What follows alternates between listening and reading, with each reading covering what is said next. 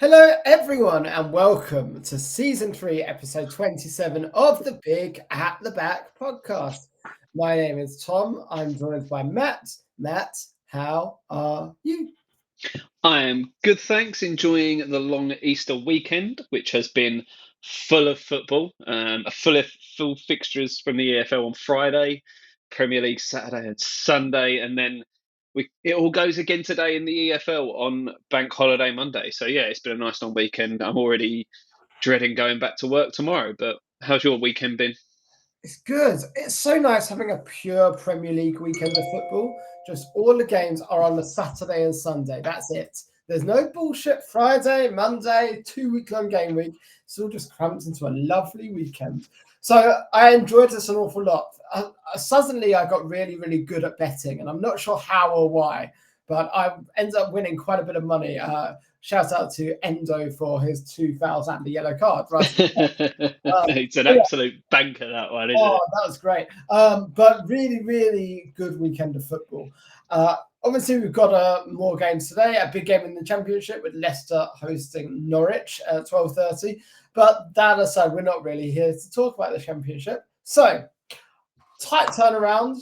This podcast is going to be what the hell we're doing, how our plans are going, and how we're going to move forward because the game week deadline is tomorrow, Tuesday evening.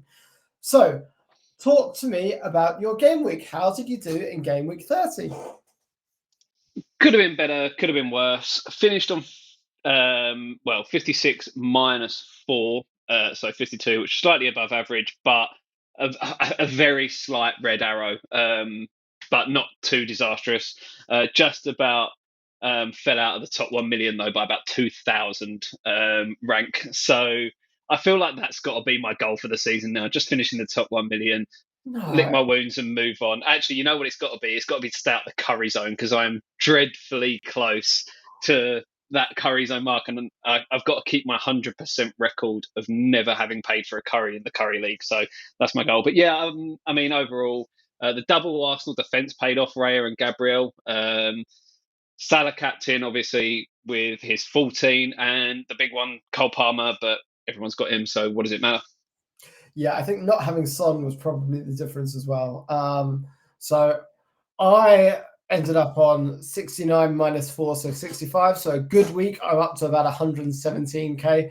I'm really, really pushing because I'd love to be in that top 100k. The way this season has gone for everyone, just getting back into the top 100 and finishing in the top 100 will feel like an achievement in itself. Most of my players returning, actually. Admittedly, defensively, it was just Gabriel, but then in my forward line, the only players that didn't were Haaland and Foden because Muniz, Solanke, Salah, Son, and Palmer all getting goals, and it's set up quite nicely for the coming game weeks ahead. So, yeah, going strong, having a pretty good season so far. I think, though, we need to dive straight in as a follow up from last week. How are your plans looking for the upcoming massive game weeks and doubles? And has anything changed given what we saw over the weekend? As we discussed last week, I was toying with the idea of playing the wild card, but I obviously decided against it in the end. And instead, my two transfers were Salah in for KDB and Nori in for whoever else I had. I can't even remember who it was now. I should probably go back and check and make sure that my transfers actually paid off. But with Salah taking the armband and KDB blanking, I'd be very surprised if. It was Craig Dawson. So yeah, no, it paid for itself. So the transfers did work out all right, but I feel like I'm still working towards that wild card in 33, and ready for the double in 34. But I could still hold it off until maybe like 36 and wild card, and then bench boost in 37. I feel like I need to do something different to really climb up the rankings if I'm going to. I feel like you'd be better off just wildcarding 35 with the bench boost in 37. That would be my perspective. If I saw the wildcard, that's what I would be doing for sure right now. Yeah, it's tempting. I need to see exactly, sort of take stock, reassess, see where I stand in terms of the 34. and how many players I can get out for that. Because obviously I still want as many doublers as I can, especially with Liverpool having such a great double in 34. But yeah, I think maybe holding off is the way to go now. Yeah, I would say so. Speaking of Liverpool, shall we start there because they have the nicest fixtures? They've got Sheffield United at home, Man U away, Crystal Palace at home, and then that nice double in 34 of Fulham away and Everton away. Did you get to watch any of the Liverpool Brighton game? Obviously, I've got some thoughts on it, but we'll come to you first. Yeah, I did. The only bit I missed was about the first 5 minutes. So obviously, missed Welbeck's goal, which was a very nicely taken goal. Finished it well, but over. I mean, Liverpool dominated, and the fact that they only scored 2 goals. I don't know if I wouldn't say it's a cause for concern, but I mean, Salah had the most shots he's ever had in a Premier League match. Only scored 1. Maybe it's just trying to find that sharpness off after a bit of an injury layoff. So I think we can put that down to that. The thing that surprised me a bit was Darwin really didn't have many chances at all. And Diaz was the main one getting in behind. Obviously, he had the 1 goal, 1 disallowed for the most marginal of offsides. But overall, I think it was a fairly solid performance. Did what they needed to do, especially when you take into account the result later on in the day as well. It was a good day for Liverpool. Yeah, certainly. Very nearly got ruined by some of the. I haven't seen officiating that bad since Coots in the Tottenham Liverpool game. It was absolutely dreadful. Coot was, and if Liverpool hadn't won, there would be absolute uproar from the state of some of those refereeing decisions. Clear penalties not given, etc., etc., etc. But yeah, you're right. Salah, as Salah owners and captainers, we can probably feel very unlucky. He obviously was just missing a bit of sharpness and needed to work it out back into a system. But he was taking shots for fun. Alexis McAllister, what a man. And actually, I really wouldn't necessarily mind a McAllister or a Szoboszlai punt over the next few weeks if you're looking for a Liverpool spot and looking to be a bit different. Chance McAllister's on penalties as well, if Salah's not on the pitch at any point. What do you think? Yeah, I don't hate it, especially with Jota looking like he's going to come back. So that's going to involve some rotation amongst the Jota, Diaz, and Darwin trio, probably. I think McAllister and Szoboszlai are obviously both guys. I don't think the penalty thing is too much to take into account with, I mean, Salah is going to play 95% of the minutes as long as he's fit. So, and then if he's not fit, you're probably looking somewhere else into because then the Diaz, Jota, and Darwin thing, they'd probably be a front 3. So you'd go with 2 of those 3 probably. So yeah, I mean, I don't hate it, but I just think overall, if out of the 2, I'd probably go Szoboszlai. I think he's more of a punt, but I do like it when he gets forward. He's a bit of a powerhouse, late runs into the box. So yeah, why not? Especially with Sheffield United at home next. I mean, we'll maybe come to them next, but that looks like a super, super tasty fixture. From an FPL standpoint, it looks like Alisson will probably be back for game week 34. So if you've got Kelleher like I have and you're looking to bench boost that week, keep that in mind because you are going to have to move him out for another player. Luckily, I'm going to move Son out as well. So I've got all the budget in the world ready to move Kelleher. So I'm not that worried about it yet. And I'll still have Kelleher for the next few games at least. But just one to keep an eye on because I certainly wouldn't be looking to bring him in. Interesting to see Joe Gomez playing at left back as well. Played terribly, but Joe Gomez at left back over Tsimikas against Brighton. So not sure if that was a reaction or anything, but maybe keep an eye on that one. Because if Robertson's not back for a while, then there's a good chance of Tsimikas being a lovely FPL option again.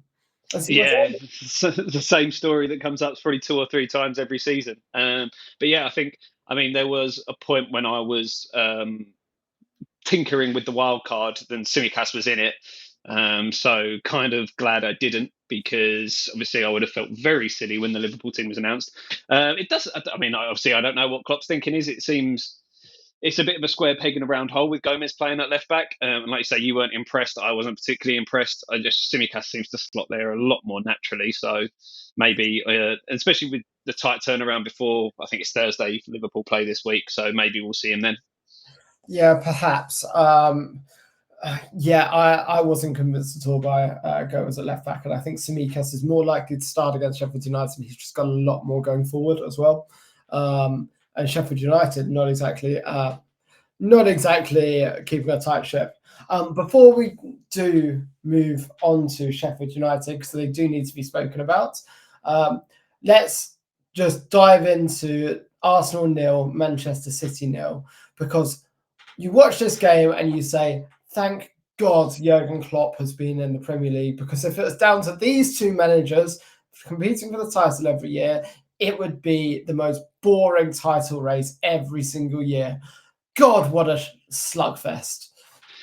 I mean, I don't think the title race itself would be boring, but the games between the two would be. And that's what we saw last night. It's two managers that love to control the game and hate chaos. So that's what you get when you get two managers like that together.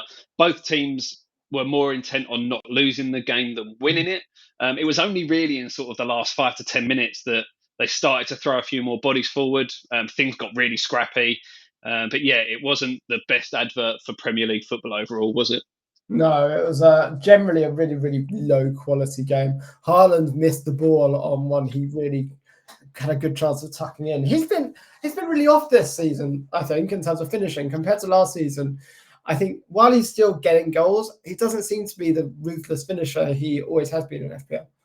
Yeah, and there's a lot of pundits jumping in. Roy Keane was fucking scathing, called him a League Two player in the game yesterday, which I think is slightly harsh. I think we've seen enough over the last 18 months, 2 years in the Premier League to know that he's slightly better than League Two quality.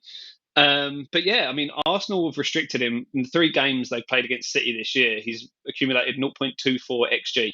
So, I mean, it just goes to show that if you defend well, and Arsenal probably they've definitely got the best defense in the league at the moment, potentially in Europe. The way they're keeping things tight, maybe Inter Milan, you can say, are up there as well because they've kept a tight ship this season. But I mean, there's absolutely no shame in going up double Arsenal defence at the moment, is there? No, not at all. We're both doubled on Arsenal defence. I've got Ben White and Gabriel. You've got Gabriel's and Raya. So, yeah, I think from an FPL standpoint, given Arsenal have Luton at home next, they double in 34, it's a really, really good time to be trebled up on Arsenal. You can go, I think you've got to go Saka, but then we're both doubled up in defence. I don't mind Odegaard as an option as well. It's just a fun punt. But yeah, triple Arsenal is a necessity. What do you make of Man City assets? Because as is always the case with City, they always seem to have a really, really easy run in the Premier League coming up. Villa at home, but it's a home game. And then it's Palace away, Luton at home, Brighton away, Forest away, Wolves at home, Fulham away. And then last game of the season is Man United. West Ham, yeah. They've still got to fit in that Spurs fixture as well, somewhere as well, remember. So there will be a double in there somewhere. 37, that's looking like that will be. So City essentially have really, really easy fixtures between now and the end of the season. I think they're still probably title favourites. I mean, remember, they have got the refs on their side as well. When was the last time a big decision went against Man City? Oh, my God. Well, you can't name it, can you? No, but that doesn't mean it's wrong. Like, I know. Anyway, that's the thing that riles me up more than anything. They've got the refs in their pocket and this and that, and I fucking hate it. The refs are being paid to go and ref over at Abu Dhabi, who own Man City. So, I mean, you know, there's a whole thing there. But in general, I thought City actually looked better than Arsenal yesterday. They controlled the game. Their midfield was completely dominant. And it was only thanks to some really resolute defending that Arsenal were able to keep them out. I think City are getting into gear, and I don't see them dropping many more points at all, if any, for the remainder of the season. Yeah, the question's going to be again, and I know they won everything last season, Champions League. They've got Real Madrid in that, so that's going to be a tough fixture to get past. So if they want to be fighting on both fronts, it's going to be very difficult. Obviously, I know they've got the Europa League as well.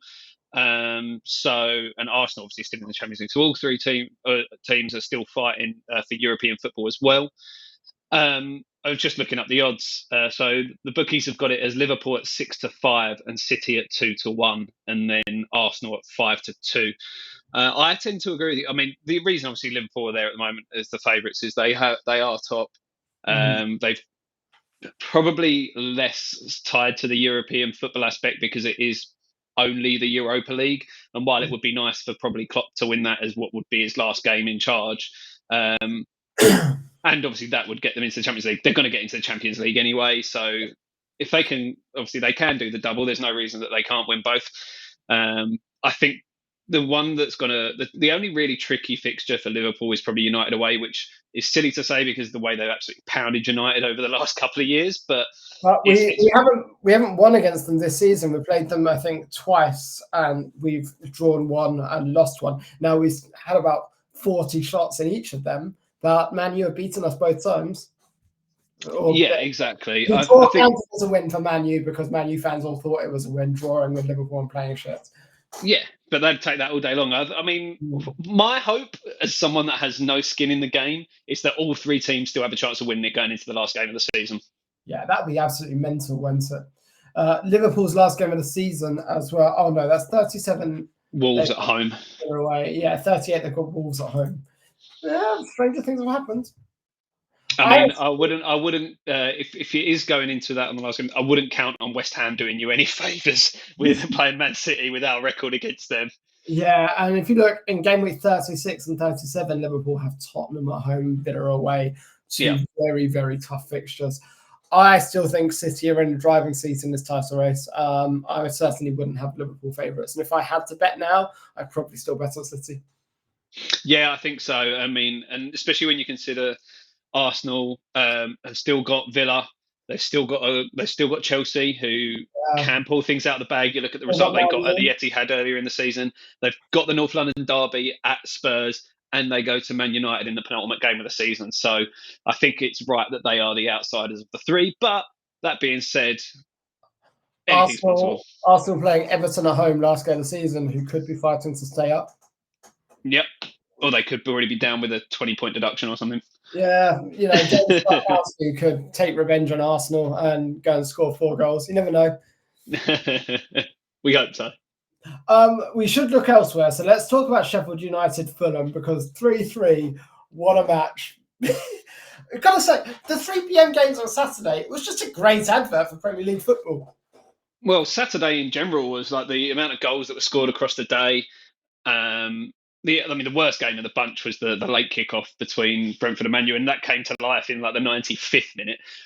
But yeah, I mean, I go back to your message about what time was it? Probably about 4:30 on Saturday, saying the Sheffield United resurgence is on, and then they conceded straight away after that, and then obviously conceded an equaliser very late on as well. That was when they just got the 4th goal, but before it was disallowed. Yeah. Very, very, very funny, wasn't it? I honestly think that Sheffield United are I think they're down. That's done. But what makes them interesting is they've still got a role to play in a lot of the remaining battles because they're going to influence the title race with Liverpool away next. And then they've got the double in 34, so Burnley at home and Man U away. Maybe Burris and Diaz could be a fun differential if you're on a free hit. And then they've got 2 of the last 3 games of the season are Nottingham Forest at home and Everton away, both of whom are going to be in a relegation scrap. And then they also play Man U, Newcastle and Spurs, all of whom are going to be competing for those top 4 spots. So Sheffield United are going to have an influence on a lot of fates, just not their own. Well, you could say that they're going to have, or they're not going to have any influence, are they? Let's be honest. Liverpool against newly promoted teams never seem to make it easy. Like we could very well draw. True. I mean, it's not unheard of, is it? But I'd be putting my house on Sheffield United to go down now with the running that they've got. Okay. If they'd have got that 3 points against the Fulham side that had obviously just come off the back of a very good win, they could sort of get something to take away out of that, maybe gain a bit of confidence, put a couple of results together. Burns and Diaz getting 2 goals. Someone that's actually in the goals could make a difference. But games are Liverpool and Chelsea. Yeah, I know. Yeah, the thing is, you could easily see a world where they go and get a point or something against Chelsea because you never know what Chelsea are going to turn up. They drew with 10-man Burnley at the weekend. Yeah, we'll come to them in a bit. But yeah, really, I think Sheffield United are a team you still target, especially if you've got attackers playing against them, because they are still conceding for fun. Fulham, I've got Muniz, and I'm quite liking owning Muniz, to be honest. Another 6 points at the weekend and a great goal at the end. He hit the post twice as well in this game. He's going to be a hold for me at least until 34. Yeah, I think so. He's obviously a man in form at the moment. I did sort of caution it last week's pod that said almost all of his returns have been at home, but obviously an away return here. They go to Forest next, which you could easily see a return there for him potentially. They're scoring goals at the moment, but they have got some trickier fixtures coming up. But against teams that, I mean, two home games against Newcastle and West, and then Liverpool. I mean, Liverpool aren't exactly the tightest ship, are they?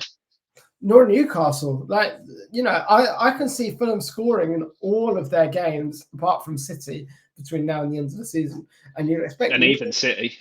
Even City, yeah. So you'd expect Muniz to be in amongst the goals. I'm sorely tempted to just keep him full stop. He doesn't double in 34, which kind of dampens it. But yeah, I wouldn't blame anyone for wanting to hold him for the rest of the season. He's been a really, really nice asset to him. Shall we move on to where do you want to go? We can go to the Man U Brentford game, or we can go to the Chelsea Burnley game. Both are banter results. Which one do you want to start with? I think the Man U Burnley game Brighton game isn't even worth talking about. Not from an FPL perspective. Like, not from an actual footballing perspective. I guess the only thing we can say is Ivan Toney had a goal disallowed and hit the post, and that was about as close as he came to. He got the assist at the very end. But I want to go. I've got some fun stats to share. So here we go. Buckle up, guys. Only Sheffield United and Manchester United have conceded 30 or more shots in more than one Premier League game this season. Brentford had 89 touches in the Manchester United box. Manchester United had 4 in the Brentford box for that whole game. Manchester United in March played 4 games of Premier League football and conceded 132 shots against them. They are shocking, isn't it? I don't know how anyone can justify Erik ten Hag being in a job, and I love it. The only thing that would make me happier is if Southgate took over, which it looks like it's very likely. I don't actually know. I don't know how likely it is. Obviously, there's been rumours, but it's been from places like The Sun and the Daily Mail. See, I've been seeing it on Sky Sports. Yeah, but he is Southgate as next permanent manager. He's 5-2. Graham Potter is 8-1. Thomas Tuchel is 9-1. Ruben Amorim is 10-1. Lopetegui's there. De Zerbi's there. Zidane is 16-1. So, there is. Southgate is the clear odds-on favourite for next Man U manager, and you can't imagine they'll be keeping Erik ten Hag. Surely not. Yeah, I'm just looking at other manager odds as well. The Liverpool manager, Ruben Amorim, is now 4-5. He's the front runner. He's done really well at Sporting, but I'm not wholly convinced. Obviously, it looks like Alonso's staying where he is. I actually wish we could look at getting Zidane, but I don't think that's going to be feasible. He's not even in there. He is 28-1 on Bet365. Then Bayern Munich, De Zerbi is the favourite for that one. I was actually thinking De Zerbi would be more likely to go to Barcelona. They have got Hansi Flick as the favourite, and then second favourite is Mikel Arteta, and then De Zerbi. Oh, interesting. Fernando Torres is 16-1 to take over as Liverpool manager. I'm sorry, what? Is Torres managing? I don't think so. Let me look him up. Fernando Torres, Spanish football manager. So Spanish football manager. He's currently Atletico Madrid under 19s. Why is he in there as 16-1 to be Liverpool manager? What? Only because he played for Liverpool. That is it. Yeah, and he left in shit circumstances. He pissed off loads of Liverpool fans. Fantastic. I like that. You can get James Milner at 66-1 on Bet365. Nice. Yeah. Moyes at 100-1. Yeah, I don't think so. Hodgson 150. Didi Hamann, 80 to 1. Yeah, there are some interesting names here. David Hagler at 100 to 1. Fucking hell. Brendan Rodgers at 66 to 1. Imagine that. Get him in. Southgate at 50s. I'd love it if Southgate went there just to watch you absolutely melt down. I absolutely melt. But it's okay. Manchester United are going to pay him and all his England coaching staff to come over. So I'm hoping that happens relatively soon. Oh, I bet, because having just searched Fernando Torres, there was a thing on the Liverpool website on the 29th of March, photos and video. Fernando Torres spends the day with the Liverpool's coaching staff at AXA Training Centre. And there's a picture of him with Jurgen Klopp. So that's the reason that he's showing up in there, isn't it? That is the only reason. And that's because he was playing in the Liverpool Legends match. Yeah. It's so ridiculous. I think we do need to stick to FPL. So Cole Palmer for Chelsea, wonderful player, great FPL asset, averaging 7.2 points per game since he moved to Chelsea. Must have, hold for the rest of the season, buy him if you don't have him. Fair enough. No one else from Chelsea you're going near with a barge pole. Now, here's the weird thing about Chelsea. I don't ever watch them and think you're playing shit, but they aren't getting results. Like Man U play shit all the time, but seem to squeeze out results. Chelsea are like the opposite. They play pretty well. They're just easily exploitable. What's your perspective on Chelsea right now? Yeah, I mean, going forward, I feel like exciting is almost the right word. They've got a bit of explosiveness with pace and like wingers and exciting wingers, and Palmer's really good on the ball. Finishing lets them down. We've spoken about Jackson and laughed about him a lot this season. So that's obviously one area of improvement that they need, someone that can actually finish the chances. The problem is their midfield. Caicedo has been, for the most part, terrible. Lavia has been injured all season. Gallagher is probably the best option they've got in there at the moment, but he's a liability at times with giving away fouls and get booked. And when you give away fouls in those areas, the other team can relieve a bit of pressure, and then they constantly shoot themselves in the foot defensively. They've had Sanchez and Petkovic as their goalkeepers. I'm not convinced by either.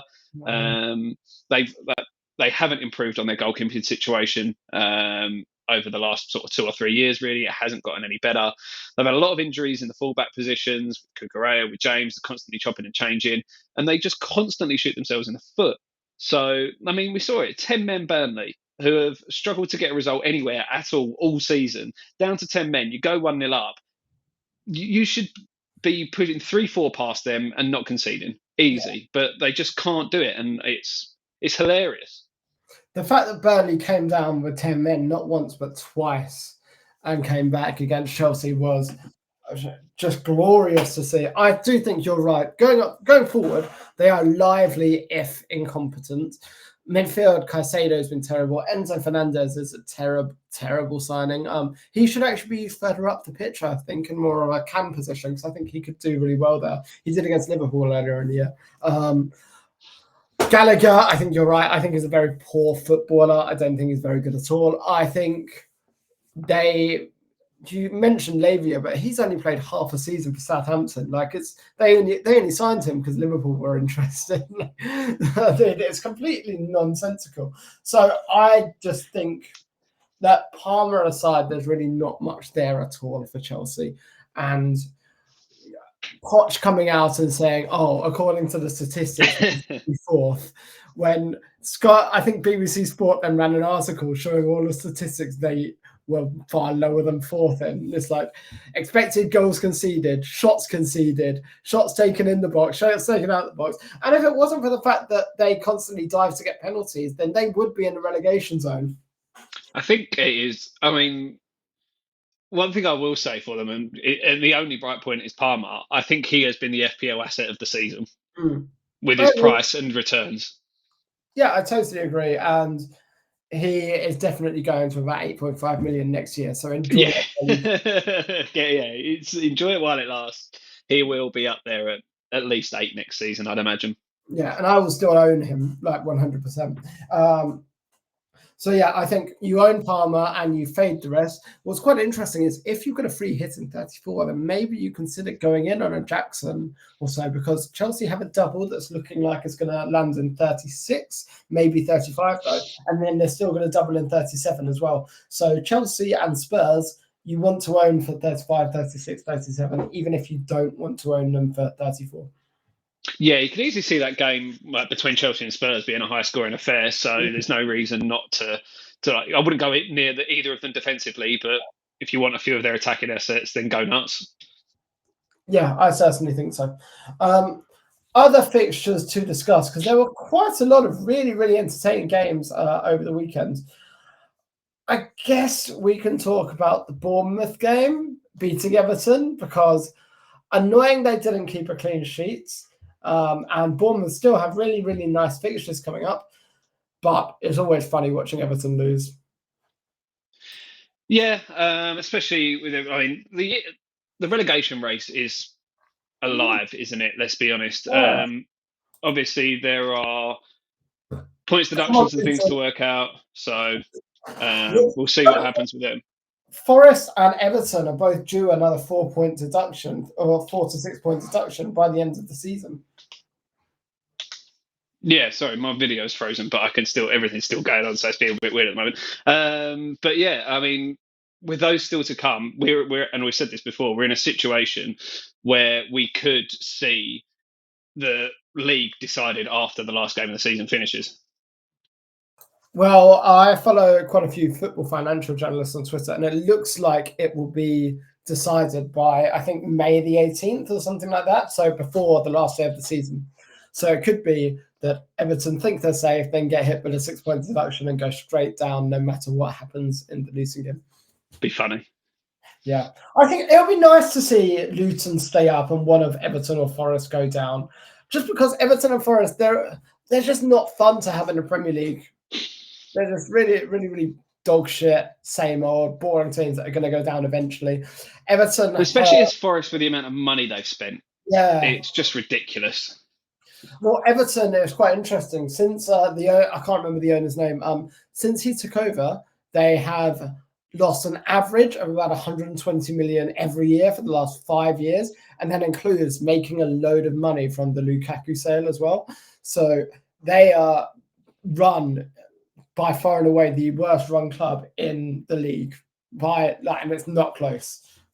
Yeah, and it's understandable why their fans are so unhappy. I'm sure, as much as you aren't obviously a fan of Everton or anything to do with the club, as football fans, we can all sort of sympathise with how things are when things are going badly. You've obviously had issues with the FSG era and things like that. But yes. Yeah, so I mean, and obviously West Ham have had more than their fair share of issues with Gold and Sullivan over the years since they took over. So no one likes to see clubs run that way. As long as you've got the club's best intentions at heart. If things go badly, then they go badly. But you've got to at least try. If you look at Everton, Andre Gomez on 120 grand week salary, Pickford on 110, Dele Alli on 100, James Tarkowski on 90 grand, Calvert-Lewin on 86 grand a week, like Ashley Young on 83 grand a week. Who on earth is signing this off? None of these players are worth anything near that. Even you've got Jared Brentwaite, arguably their best player and most valuable asset, on 15 grand a week. Whereas you've got Jordan Pickford and Andre Gomez and Dele Alli are all surpassing 100 grand a week. The contracts that have been given out are absolutely nonsensical from an Everton perspective. Yeah, the Branthwaite one, I think, I mean, it's that's almost more understandable. He's only just come into the team over the last sort of 18 months or so, and they might want to put him on a bigger contract, but he's not going to sign one because he's going to be off in the summer. So what's the point? Yeah, he's absolutely going to be leaving in the summer. You've got to imagine that he can feel unlucky not being in the England setup right now. So, yeah, there's always a chance he could force his way into the Euros thinking, but I can't see it, to be honest with you. Maguire's going, obviously. Stones is going. Then you've still got the likes of Konza and even like Gomez obviously was back in this squad. Yeah, for sure. But to, again, put it in perspective, like even if you look at Liverpool salaries, like for those kind of players, you've got Harvey Elliott and Curtis Jones on 40 grand a week and 15 grand a week. So that imagine the comparison there. If they were in Everton colours, they'd both be on 200 grand a week. So the way that club is run is just completely unsustainable, and there's no wonder they're in all this financial difficulty, and they're going to get points deducted left, right, and centre. Yeah. But do you see, just as a quick change of pace, do you see Luton's run of scoring in consecutive fixtures coming to an end this midweek at Arsenal? Yeah, they're playing against the best defence in the league. Arsenal, I don't think they score. Yeah, it's. I mean, I hope they don't, obviously, with my double Arsenal defence. But part of me thinks if they do, good on them. I'll take it. I'm happy for it. It's not like defenders have been any good in FPL this year anyway. No, that's why. But that's why when you find ones that are going well, you need them to go well. Yeah, probably so. I've got to say, I didn't have the only 3 teams to keep a clean sheet on my bingo card as Villa, City, and Arsenal this week.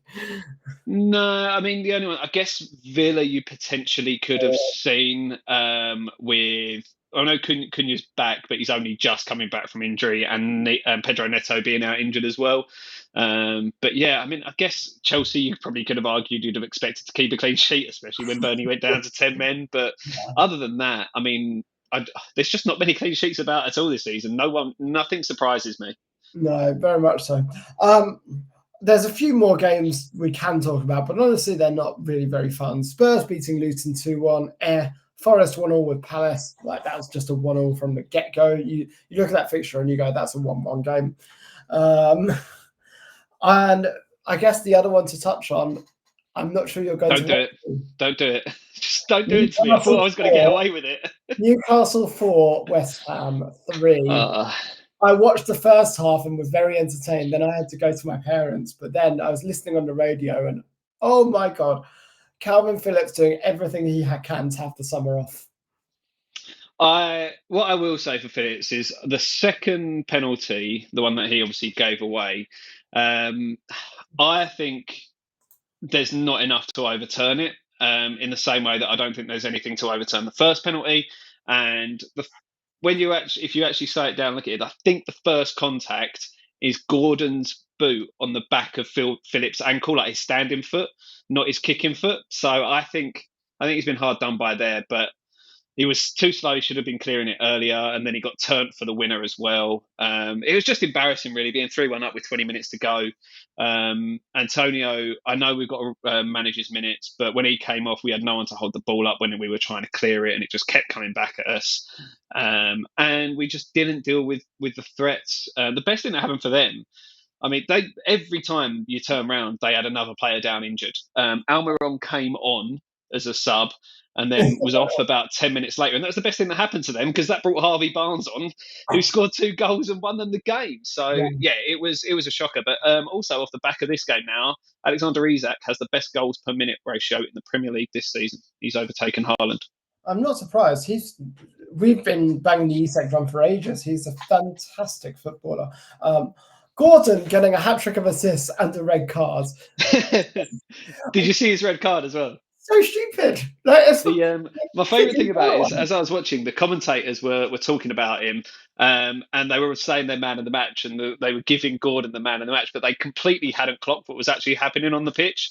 Gave away, the foul was given away, and then he just kicked the ball away as we were trying to take a quick free kick. And we all know what that means now. And I think the ref even didn't realise at first that he'd already booked him, because the yellow card came out, and I went, hang on a minute, he's already been booked.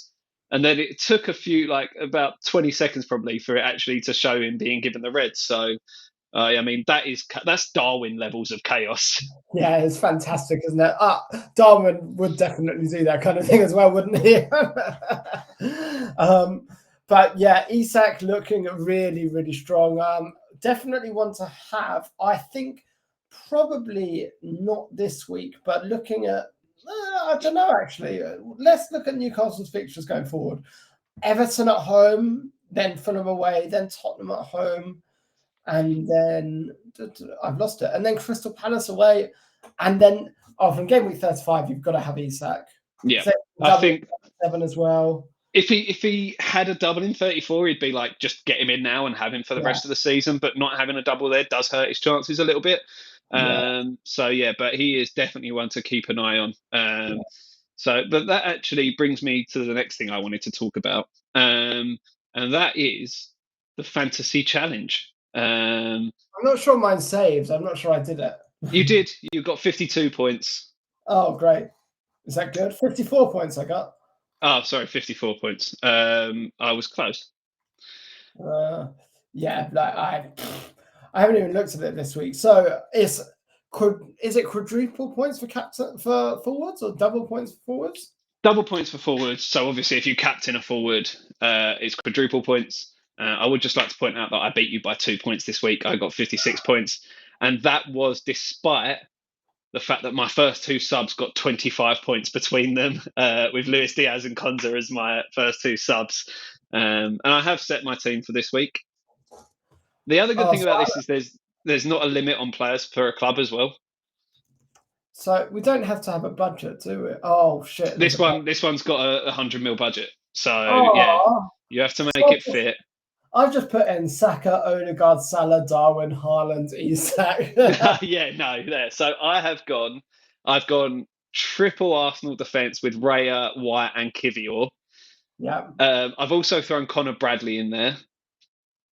yeah, that's Then a midfield four of Sarabia, Salah, Saka, and Palmer. Haaland, Darwin, and Isak up front, and then I've got like Stefan Ortega's my sub keeper, yeah. because he's the cheapest, and then I've got Lamptey, Burn, and Brennan Johnson on the bench as well. Nice. Yeah, I'm just throwing mine together now. I have 3 spots left and 30 million to use, but then I've got to use that for the bench as well. So actually, I've got quite a lot. That's more than three. Like, What defenders do I want? I probably want Gusto, actually. I think he'll be quite good. And they've got Man U next, and Man U suck. Yeah, but they did just concede 2 to 10-man Burnley. True, but we'll have to wait and see. What other midfielders and defenders? I need a City defend. Do This you? is tough. This is tough. I'm not sure I do. Maybe who have got really really nice fixtures. I guess I could go Declan Rice. Actually, that's quite fun, isn't it? Yeah, Yeah. I'll go Declan Rice. So then I've got one defender and my bench to fill. So that's an average of 4 million. I'll figure it out later. You're fucked there, mate. So turns out you can't have Isak, Haaland, Darwin, Saka, Odegaard, Salah. Yeah, no, that's a little bit too much. But anyway, we'll finish off by going back to regular fantasy. How are you lining up this week? This week, I am pretty sure I'm going to hold my transfer. Obviously, the game was on Tuesday, so that means I won't have to wait very long. But I am lined up with Kelleher in goal, then a back three of Gabriel, Zavarini, and White. So double Arsenal defence and my one Bournemouth defender. I'm keeping Neto on the bench. Across the middle, it's Foden, Palmer, Son, Saka, and Salah, who have the armbands. And then up top, it's Solanke and Haaland. My bench is Neto as the goalkeeper. Then it's Muniz, Mitchell, and Bell, who's still injured, but I could just leave him there for now because there's no really point moving him on at the moment. Yeah, fair enough. I am currently with Raya in goal, a back three of Reguilon, Gabriel, and 8 Nouri. So also with the double Arsenal defence. Exactly the same midfield as you, with Palmer, Foden, Saka, and Salah with the armband. And then Solanke, Haaland, and my transfer for this week, Darwin up top. Ooh, ready for some chaos. I'm ready. I'm ready to be hurt. Captain Darwin. No, I can't. I'm ready to be hurt, but not ready to be hurt that much. If you don't have Salah, I think you could do worse than captain and Saka this week. Luton at home, Arsenal are going to score. I think it could be quite fun. Haaland is still a really good captaincy option. Even Solanke against Palace, even Palmer against Man U. I think there's loads of great captaincy options this week. So while pretty much everyone is going to be on Mo Salah, I don't think it's a bad week to be different. Yeah, no, I agree. I also did tout the Palmer captaincy last week, which obviously would have paid off nicely. But that ship has well and truly sailed for me. I think I've got you. I think Salah is just the obvious choice, isn't it? The amount of goals that Sheffield United have conceded this season, the amount of chances that Liverpool created against Brighton, who yes aren't the best team defensively, but Sheffield United are even worse. Yeah, so it should be a fun set of midweek fixtures. How are we getting on with the joint team? We're not doing badly, right?